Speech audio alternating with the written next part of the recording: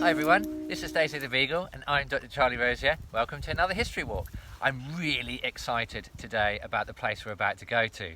We've driven to the Essex coast, a place called the Dengie Peninsula near the River Blackwater, and we're in the middle of open Essex marshland.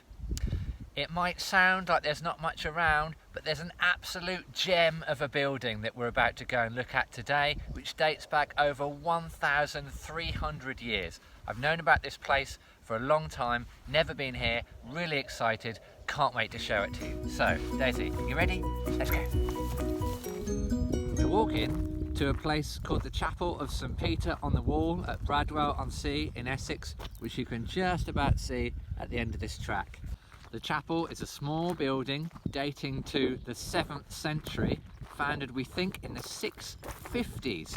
Consists of only one small nave now, but originally contained a much larger complex. To get to the chapel, you have to walk along this track, which is gravel covered and is about 800 metres long. If you want to, you can walk from the village of Bradwell-on-Sea, which is about 1.5 miles to 2 miles in that direction. Bradwell has plenty of parking, a couple of pubs and a couple of shops that might be worth exploring.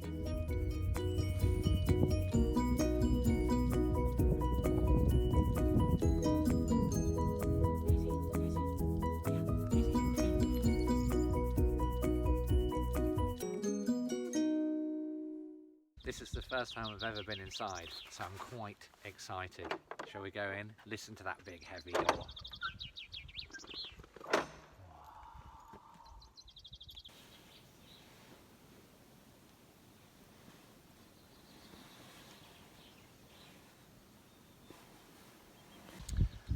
The chapel is called the Chapel of St. Peter's on the Wall because it was built into the former foundations of a Roman fort at a place called Othona. You can see marked on the outline of the outside of the church now where the church used to have an apse at one end and a couple of porches as well, and we know there was once a bell tower, but now there's only the nave remaining. You can see where the apse would have come off the main building and the two porches to either side would have come off in the remains here. Due to current coronavirus restrictions, I'm having to wear a mask while I'm inside the chapel, but hopefully that isn't dampening my enthusiasm. In 635, a monastic community was founded on the island of Lindisfarne, which is off the coast of Northumbria. It was used as a base for evangelising other parts of Anglo-Saxon England, and we know some of the individuals who did this from Bede's Ecclesiastical history.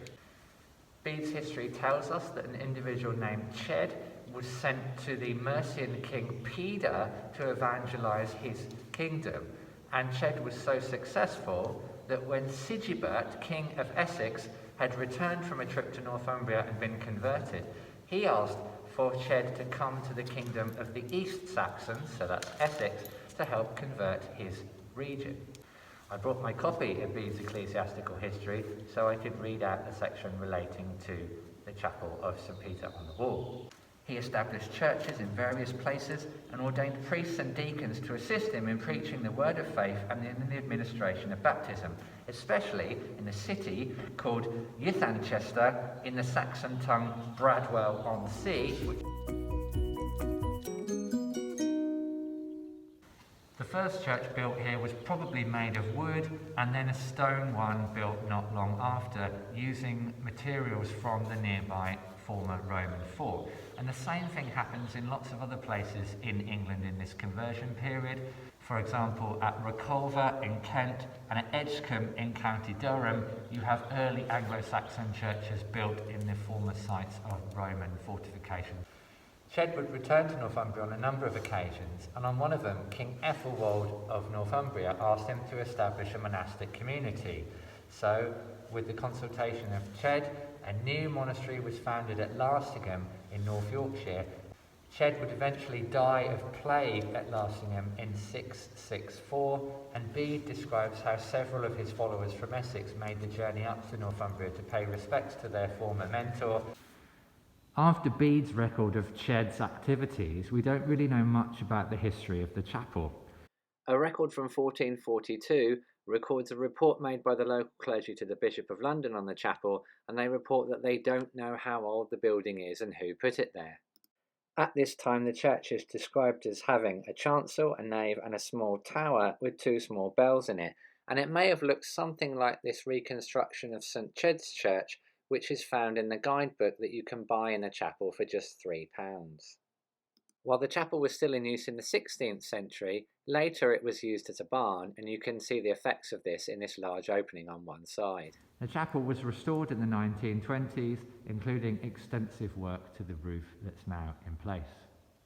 Well, that's pretty much all there is to say about the chapel, mostly because we don't actually know that much about it, but for me that's one of the reasons why I find such old places really, really fascinating. More information on the chapel and how to get to it is given below this video.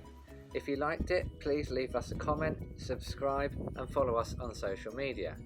Daisy and I look forward to seeing you for another history walk soon.